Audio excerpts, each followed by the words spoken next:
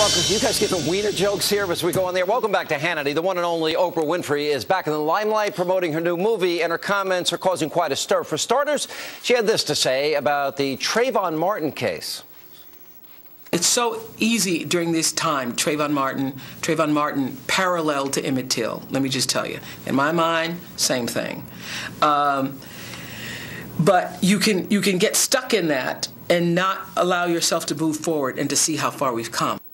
All right, that's not all. The media mogul also managed to take a swipe at little old Fox News. Take a look at this. The film's so big, director Lee Daniels reportedly even courted President Obama for a cameo. Oprah? No, he couldn't get Obama. And, you know, that's why Obama is our president, because he knows not to go and get himself in a movie and be on Fox News every day afterwards. Yes, Obama is very smart.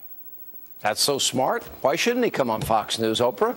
Here with reaction. Now, Oprah's comments from the New York Civil Rights Coalition. Mike Myers, Fox News contributor, Roy Murdoch. I've always viewed Oprah, and maybe I'm wrong, my perception, not as somebody very racial at all. She left Jeremiah Wright's church. No one's ever asked her about that. I would like to hear why she left.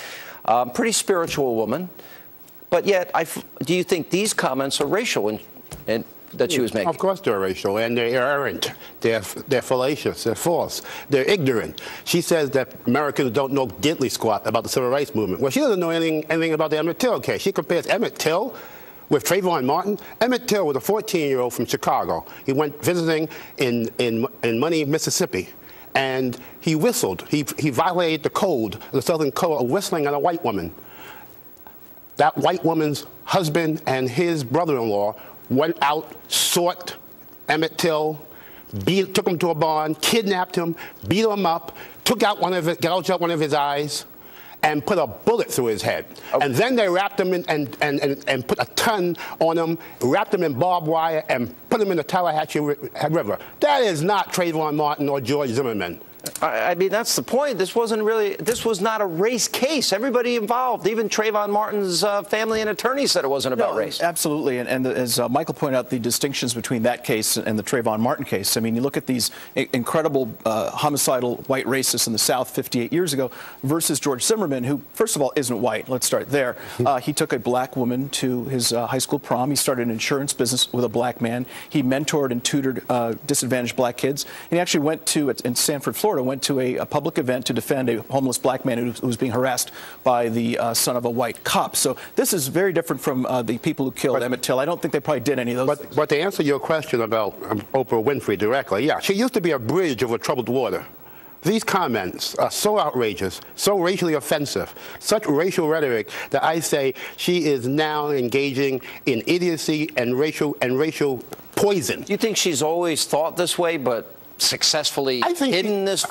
Because I've never seen her. I always thought her as somebody that brought people together. I met Oprah in 1991. I went on her show and never got invited back again. Because I've always regarded, although she had a mostly white staff, if not all white staff, I always regarded her as racial in the sense that. Really? Oh yeah, she beats that racial breast-beating drum all the time. I can't think of another example though. Can you? I really can't. I've always thought of her as somebody who had kind of gotten beyond all of this. That's what I thought. I think maybe she's just jumped on the bandwagon that a lot of people are trying to get going, which is nothing's changed.